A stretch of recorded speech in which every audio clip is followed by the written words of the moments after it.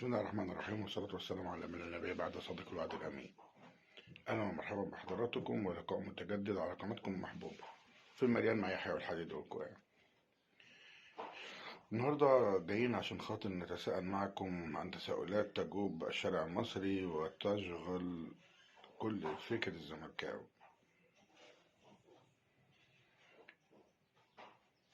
القضية الأولى هي قضية القيد. لماذا تأخرت لجنة التظلمات في إعلان قرار إعادة قيد لاعبي الزمالك بعد أن أعلن الفيفا أن هذا شأن داخلي، فألقى الكرة في ملعب اتحاد الكرة المصري الذي أحال إلى لجنة التظلمات؟ هل هو تسويف؟ هل هي مماطلة؟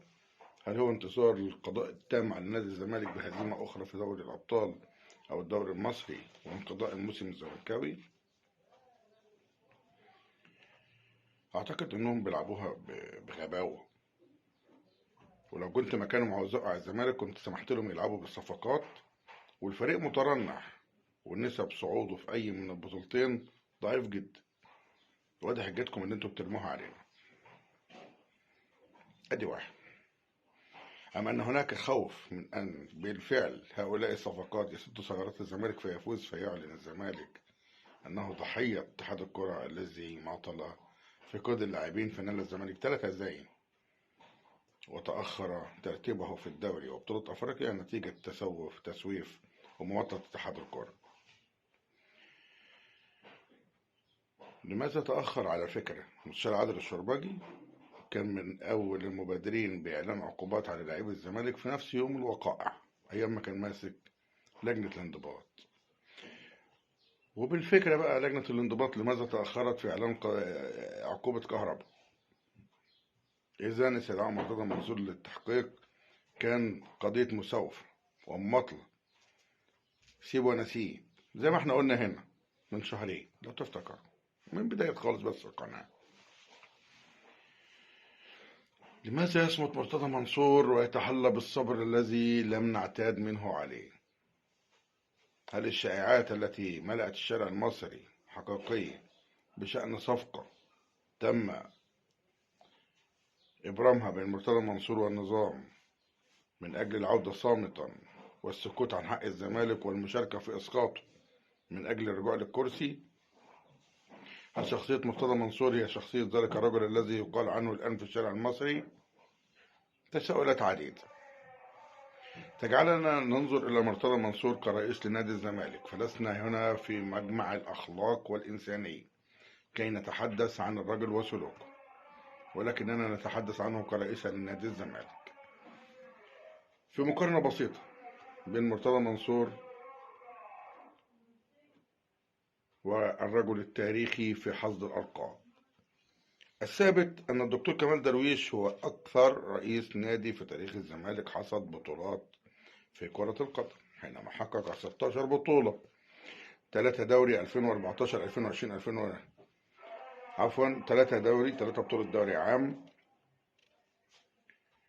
الدكتور كمال درويش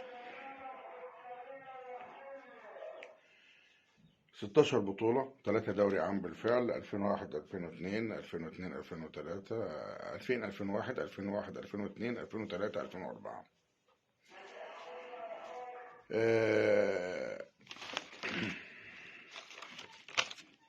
حقق أيضا بطولتين كاس مصر، حقق بطولتين أفريقيا، حقق بطولة سوبر، حقق بطولة عربية، حقق 2 سوبر مصري. 16 بطولة في 9 سنين هي عمر كمال درويش في رئاسة نادي الزمالك. النهارده مرتضى منصور المفروض انه حقق 9 سنين، لكن منهم سنة تجنيد، فهو كده بقى له 8 سنين. مرتضى منصور حقق 14 بطولة، 3 دوري 2014 2020 2021، 6 كاس مصر 2014 2015 2016 2018 2019 2021، سوبر مصر مرتين 2015 و2019، كونفدرالية 2019، سوبر أفريقيا 2020، سوبر مصري سعودي 2018. يبقى مرتضى منصور حقق 14 بطولة تاريخية مع نادي الزمالك في مقابل 16 لكمال درويش.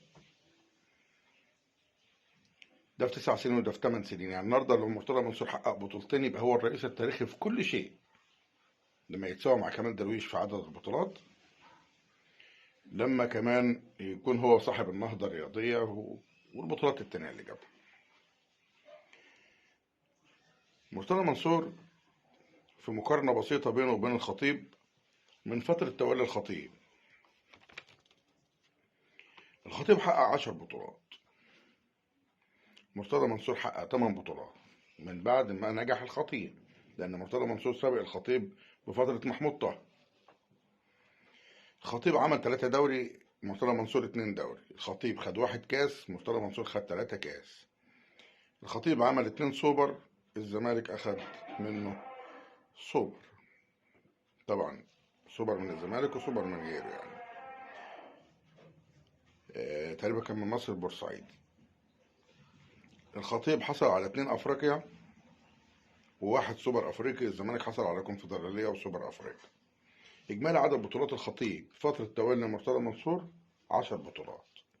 إجمالي عدد فوز مرتضى منصور بالبطولات 8 بطولات، 8-10. المواجهات المباشرة بقى بين الاتنين، الزمالك حصل على 6 بطولات من الأهلي مباشر، 2 كاس مصر، 2 سوبر مصري سعودي، سوبر مصري محلي، و2 دوري عام. الأهلي واخد 5 من 10 بطولات من مرتضى منصور، 3 دوري و1 سوبر و1 دوري أبطال.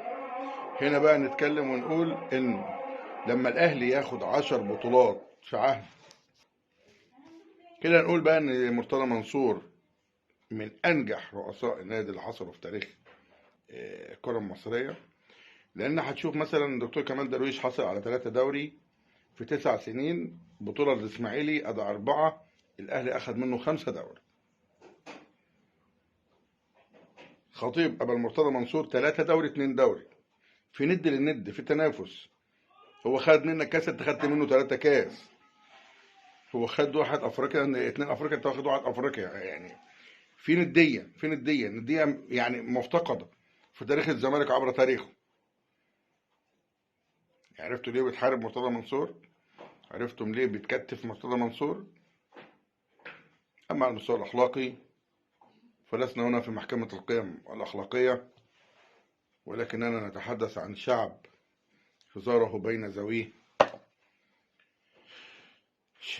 سب الوالدين وسب الدين. فلا تدعوا الفضيلة على الرجل سباب زي ما تدعوا. نرفض الأسلوب، ولكن نتفق على أنه على مشارف خطوة من أن يكون الرئيس التاريخي لنادي الزمالك، في رجل يشارف على نهاية الحقبة الثمانينية، رجله القبر زي ما بنقول. هل ده على استعداد لعمل